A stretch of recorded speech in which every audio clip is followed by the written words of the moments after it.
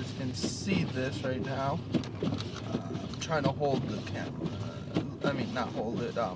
Place the camera. There we go. This looks like a winter wonderland.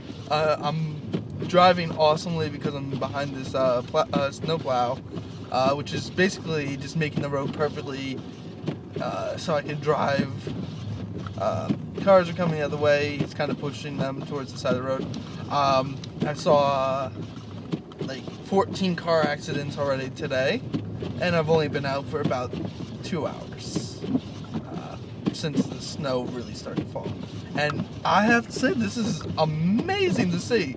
And this is actually a major road that normally 2 cars can go by easily on, and the plow is plowing pretty much the middle of the road, which is weird, but it makes it look like a real winter wonderland going down. I have to slow down. He's slowing down. That's just winter wonderland. That's like going to see your grandma or something like that, and those old stories and stuff like that.